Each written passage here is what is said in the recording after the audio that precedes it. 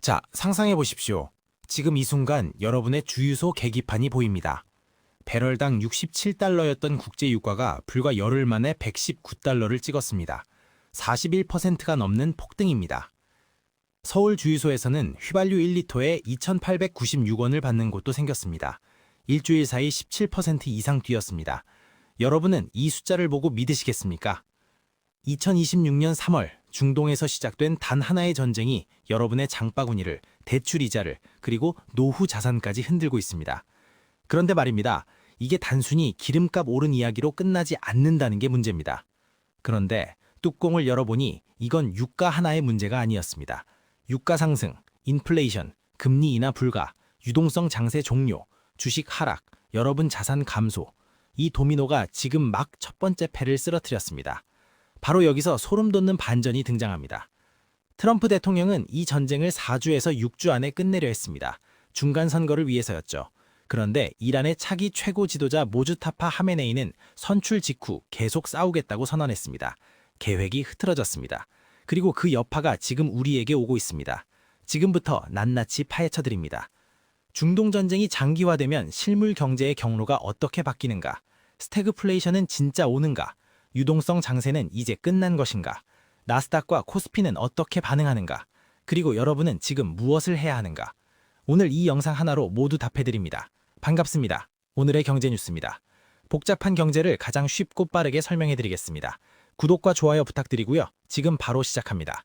여러분, 혹시 호르무즈 해협을 아십니까? 페르시아만과 오만만을 잇는 이 좁은 바닷길.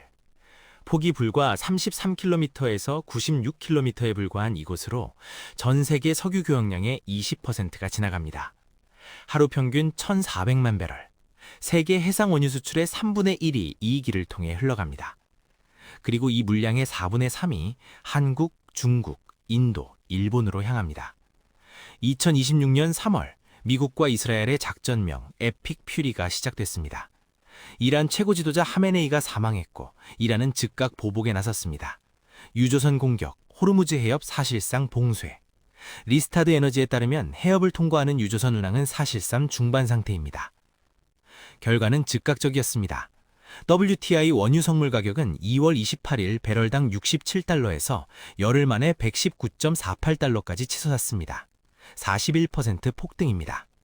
IEA는 이번 중단이 석유 시장 역사상 가장 큰 규모라고 밝혔습니다. G7은 전략 비축유 4억 배럴 방출에 합의했습니다. 역대 최대 규모입니다. 그런데 말입니다. 유가가 오르는 것은 단순히 주유비 부담 문제가 아닙니다. 국제 유가 상승은 우리 생활 전반에 걸쳐 물가 상승 압력으로 작용합니다. 농업에도, 제조업에도, 서비스업에도. 여러분이 마트에서 사는 과자 하나에도 원가 상승이 반영됩니다. 물류비, 전기요금, 냉난방비, 유가는 경제 전체의 기저비용이기 때문입니다. 달리는 기차 위에서 엔진을 갈아 끼우는 것처럼 유가 충격은 경제 전체를 흔들어 놓습니다. 한국의 에너지 수입 의존도는 94%입니다. 원유 수입의 7~80%가 호르무즈 해협을 통과합니다. 유가가 오르면 국내 유가는 시차를 두고 따라 오릅니다. 지금 서울 주유소 휘발유 가격은 리터당 2,896원을 찍는 곳까지 나왔습니다. 그렇다면 이게 우리에게 어떤 의미일까요? 이 질문에 답하려면 트럼프 대통령이 왜 이 전쟁을 시작했는지를 먼저 이해해야 합니다. 첫 번째 목적은 정권 교체입니다. 이란을 친중 국가에서 친미 국가로 바꾸겠다는 것입니다. 두 번째는 핵위협 방시, 핵협상에서 말을 듣지 않는 이란을 군사적으로 압박하겠다는 것입니다. 세 번째는 중간선거 전략입니다. 2026년 11월 중간선거를 앞두고 바이든이 끝내지 못한 전쟁을 나는 4에서 6주 안에 끝낸다는 이미지를 만들려 있습니다. 트럼프 대통령 입장에서 이 전쟁은 단기간에 끝나야만 성공입니다. 왜냐고요? 전쟁이 길어지면 부작용이 커지기 때문입니다.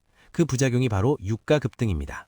유가 급등은 인플레이션을 만들고, 인플레이션은 금리 인하를 막고, 금리 인하를 못하면 유동성 장세를 이룰 수 없고, 유동성 장세가 없으면 주가도 집가도 오르지 않고, 그러면 3억 5천만 미국 유권자들의 지지를 잃게 됩니다.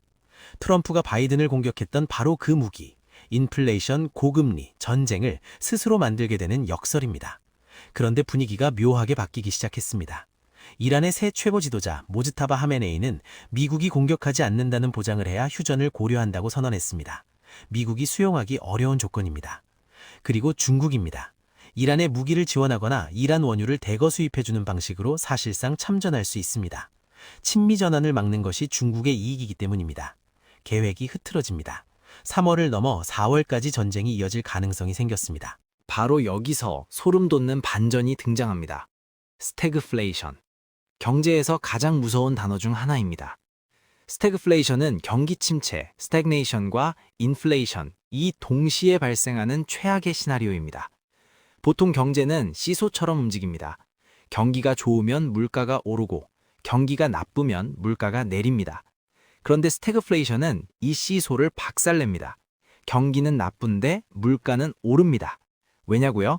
사람들이 돈을 많이 써서가 아니라 원유 같은 핵심 자원 공급이 갑자기 막혔기 때문입니다.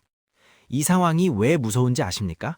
중앙은행이 두 처방전 중 하나를 골라야 하는데 어느 것을 골라도 문제가 생기기 때문입니다. 인플레이션을 잡으려면 금리를 올려야 합니다. 그런데 금리를 올리면 경제 성장이 더 둔화됩니다. 경기를 살리려면 금리를 낮춰야 합니다. 그런데 금리를 내리면 이미 높은 인플레이션이 더 폭발합니다. 이러지도 저러지도 못하는 딜레마입니다. 1970년대 아랍 산유국들의 석유 금수 조치 때 중앙은행들이 당황해 금리를 내렸다가 인플레이션을 더 악화시킨 그 역사가 지금 반복될 수 있습니다. 현재 상황을 보겠습니다. 미국 핵심 물가 상승률은 아직도 3%로 연준 목표치 2%를 크게 상회하고 있습니다. 2월 고용보고서는 급격한 고용 감소세를 보였습니다. 전형적인 스태그플레이션 조짐입니다. 이란 분쟁 이전에는 트레이더들이 6월 금리 인하를 예상했습니다. 지금은 2026년 전체에 걸쳐 단 한 번에 25bp 인하만 가능할 것으로 시장이 재평가 중입니다. 그렇다면 이게 우리에게 어떤 의미일까요? 유동성 장세는 이제 끝났다는 말인가요? 유동성 장세는 금리를 낮추고 돈을 많이 풀어서 주식, 부동산, 암호화폐 같은 자산 가격을 끌어올리는 흐름을 말합니다. 트럼프가 중간 선거를 위해 반드시 만들어야 했던 것입니다. 미국 3억 5천만 유권자들이 주가가 오르고 집값이 오르면 행복하게 느끼니까요. 그런데 전쟁이 장기화되면 이 계획 전체가 틀어집니다. 고유가, 인플레, 금리 인하 불가, 유동성 공급 불가, 자산 가격 상승 불가, 이 도미노가 세워졌습니다. 실제로 현재 WTI 유가는 94에서 97달러 선에서 여전히 전쟁 이전 67달러보다 41%나 높은 수준입니다. 트럼프가 전쟁 끝나면 유가 더 낮아질 것이라고 발언하자 잠깐 84달러까지 떨어졌지만 전쟁 종식이 공식 확정되지 않은 만큼 변동성은 계속됩니다. 하지만 뚜껑을 열어보니 완전한 종말은 아닙니다. 시나리오가 두 갈래로 나뉩니다. 3월 안에 단기 종결되면 유가 급락, 인플레 완화, 금리 인하 재개, 유동성 장세 복귀 가능. 전쟁이 4월 이후로 장기화되면 고유가 고공임진, 인플레 재점화, 금리 인하 차질, 자산 가격 조정 불가피. 두 시나리오를 동시에 준비해야 합니다. 그리고 바로 이것이 핵심 관전 포인트입니다. 3월 말 예정된 미중 정상회담이 열리는가, 열리지 않는가. 전쟁이 확산된 채로 시진핑과 트럼프가 만날 수 있을까요? 만약 이 회담마저 취소된다면 미중 갈등은 더욱 격화되고 경제 불확실성은 한 단계 더 올라갑니다.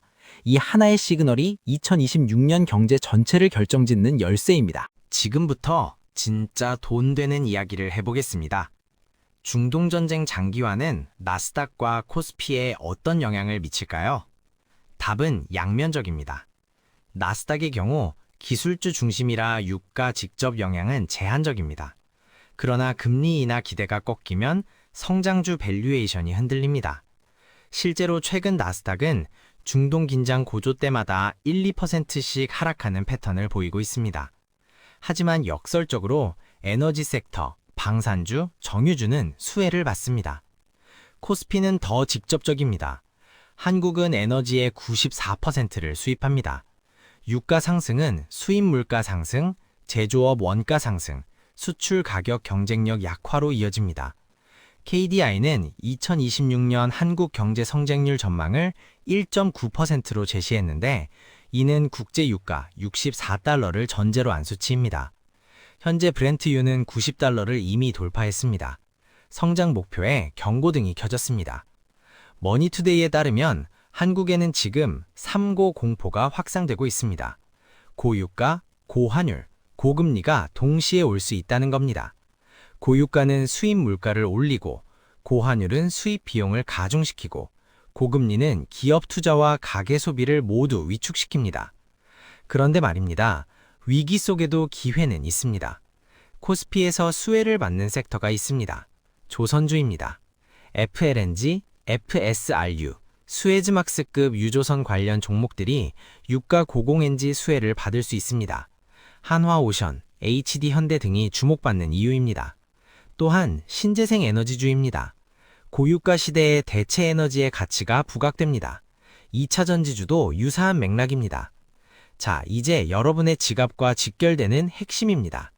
중동 전쟁이 장기화되면 대한민국 서민의 삶에 어떤 일이 벌어질까요?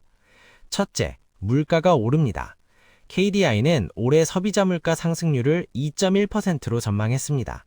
하지만 이는 유가 64달러 전제입니다. 지금처럼 유가가 90달러를 웃돈다면 추가적으로 0.5에서 0.8%포인트 더 오를 수 있습니다. 휘발유, 전기요금, 가스요금, 택배비, 식품 가격까지 도미노로 오릅니다. 둘째, 금리 인하가 지연됩니다. 한국은행은 올해 기준금리 2.5%에서 추가 인하를 검토 중이었습니다. 그런데 물가가 다시 오르면 금리를 낮추기 어렵습니다. 심지어 금리를 올려야 한다는 목소리도 나옵니다. 주택담보대출, 전세자금 대출 이자 부담이 늘어날 수 있습니다. 셋째, 실질소득이 줄어듭니다.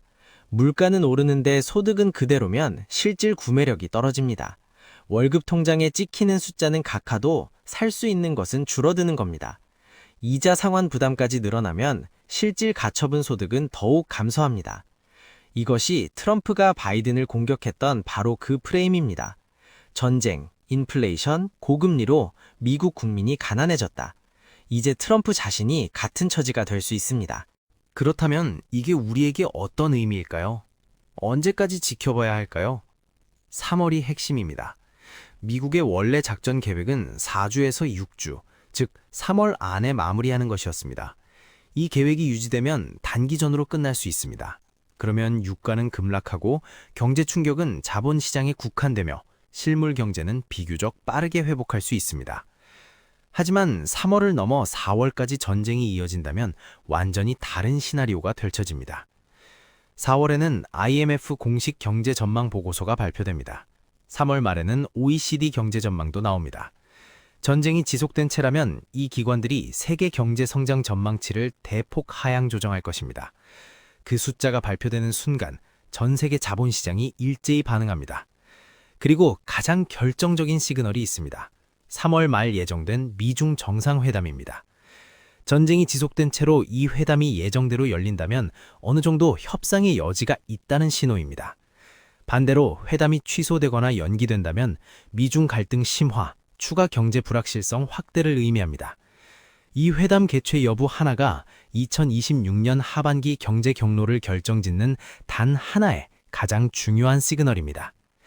자, 이제 선택은 여러분의 몫입니다. 두 시나리오를 동시에 대비해야 합니다.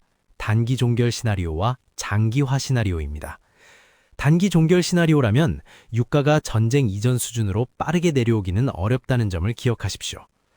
증권가는 전쟁 이후에도 WTI 90에서 110달러 수준을 유지할 가능성이 높다고 봅니다. 걸프 국가들이 고유가 유지를 선호하기 때문입니다. 에너지 관련주, 조선주, 신재생 에너지주는 여전히 유효합니다. 장기화 시나리오라면 현금 비중을 높이고 변동성 해지가 필요합니다. 인플레이션 방어 자산인 금, 에너지 ETF 등을 검토할 만합니다.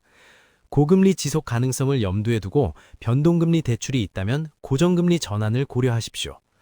가계부채 GDP 대비 105%라는 한국의 구조적 취약성을 잊지 마십시오. 무엇보다 중요한 것은 관전 포인트를 놓치지 않는 것입니다. 미중 정상회담이 열리는지, 4월 IMF 전망치가 어떻게 나오는지, 호르무즈 해협이 언제 정상화되는지, 이 세 가지 시그널이 2026년 하반기 경제 경로를 결정합니다. 부자와 평범한 사람의 차이는 행동의 속도가 아니라 올바른 시그널을 읽고 올바른 타이밍에 움직이는 것입니다. 이 기회의 문이 어느 방향으로 열리든 가장 먼저 준비된 자리에 서 계셔야 합니다. 오늘 저희가 살펴본 내용을 정리해드립니다. 하나, 중동전쟁으로 WTI 유가는 67달러에서 119달러까지 41% 폭등했습니다. 호르무즈 해협이 사실상 봉쇄됐습니다. 둘, 유가 상승의 도미노는 인플레이션, 금리 인하 차질, 유동성 장세 위협으로 이어집니다. 셋, 스태그플레이션은 가능성이지 확정이 아닙니다. 전쟁 종결 속도에 달렸습니다. 넷, 한국은 고유가, 고환율, 고금리를 동시에 맞을 수 있습니다.